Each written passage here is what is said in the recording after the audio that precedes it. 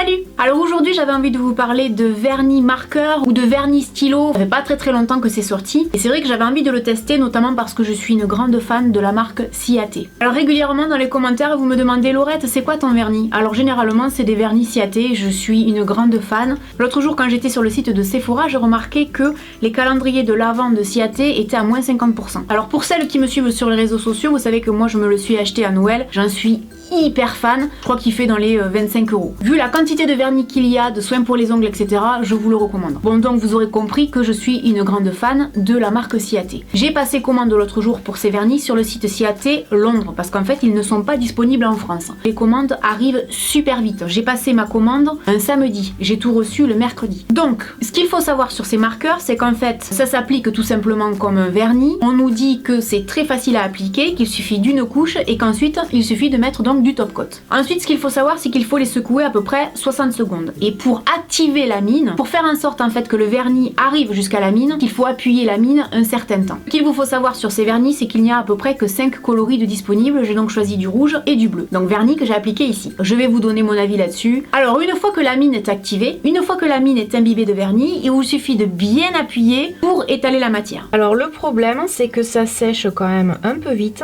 et que ça fait quand même des traces. Donc c'est pas évident parce qu'on vous dit que normalement on en passe une couche et que c'est bon. On a l'impression qu'en fait c'est vraiment un marqueur qu'on met sur les doigts, enfin sur les ongles. Ça a la même odeur. Quand on a l'habitude d'un vernis, on va trouver que c'est un peu compliqué. Ce qui est compliqué, c'est qu'il faut rester appuyé en fait, parce que sinon le résultat est pas terrible. Donc évidemment là j'ai dépassé, je pense que ça se voit, j'ai fait un peu la crado. En fait ce qui est compliqué, c'est que déjà j'ai les ongles qui sont courts, donc j'en fous sur la peau évidemment. En fait c'est pas pratique du tout. Déjà d'un, on s'en fout partout. Moi le vernis j'y arrive facilement, alors que là j'y arrivais pas du tout. Ensuite ce qu'il faut quand même savoir, c'est que c'est pas du tout facile d'avoir une couche régulière et très jolie. Ça fait des manques, donc en fait il faut d'autres couches. Le problème c'est que quand on passe une autre couche, en fait ça fait dégueulasse parce que ça enlève la couche précédente, donc c'est pas du tout une réussite. Quand bien même on essaye de faire bien et de mettre une couche de top coat, ça va pas non plus, ça fait pas génial non plus. En plus moi comme j'ai dépassé de partout et que j'ai pas du tout l'habitude de dépasser de partout, même en enlevant avec un coton-tige, c'était pas gagné. Alors le rouge ça peut encore passer et pourtant ça fait dégueulasse. Le bleu c'est une grosse catastrophe quoi. Je suis tellement stressée que j'y arrive pas et on dirait que je suis complètement bourrée du coup. Purée, c'est un désastre. Mon dieu. Alors par contre la couleur est super belle. C'est un peu comme le rouge tout à l'heure, la couleur est super belle. Mais alors mon dieu quoi. Non mais c'est pas possible. Ah non mais heureusement que ça fait pas ça les vrais vernis. Oh, mon dieu, mais c'est pas possible. Si j'appuie, il y a du produit qui sort comme vous le voyez. Par contre à étaler c'est une grosse galère. Nanana. Alors en fait le problème du bleu c'est qu'il est tellement pigmenté que quand vous vous en mettez sur la peau, même en mettant du dissolvant pour l'enlever, ça fait des doigts bleus, ça fait des doigts de schtroumpfette, donc ça fait dégueulasse. En fait, quand on regarde de près, on a l'impression de s'être mis de la peinture sur les ongles, vous savez. On a l'impression qu'on ne sait pas se faire de manucure. C'est-à-dire que si je sors comme ça, on se dit, elle a jamais mis de vernis de sa vie, quoi. C'est vraiment décevant. Parce qu'en fait, c'était très prometteur. Déjà, c'est facile à transporter. C'est vrai que c'est pas idiot, parce que c'est quand même beaucoup plus facile à manier, mais en réalité, ça l'est pas du tout. Ça coûte cher pour ce que c'est. Je pense que ça ne sera pas commercialisé en France. Et si c'est commercialisé en France, fuyez, parce que c'est une grosse arnaque.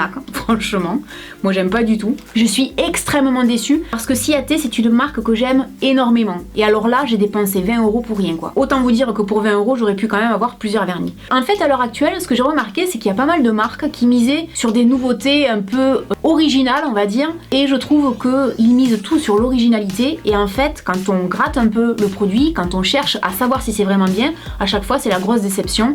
Alors à chaque fois que je vous ai fait des vidéos de beauté comme ça où je teste des produits, je suis toujours déçue. Si vous regardez bien, il n'y a jamais un produit où je vous ai dit c'est génial, allez-y, foncez. À chaque fois je suis déçue. Je suis d'ailleurs en train de me dire est-ce que je vais continuer d'acheter des choses qui sortent un peu de l'ordinaire parce que finalement c'est vraiment de l'argent dépensé pour rien du tout. Dites-moi dans les commentaires ce que vous en pensez. Dites-moi si vous avez envie que je teste quand même d'autres choses, que ce soit des nouveautés ou pas. Je pense que là à l'heure actuelle je dois avoir dépensé à peu près en 4 ou 5 produits une centaine d'euros. Franchement 100 € dans des produits qui marchent pas au bout d'un moment.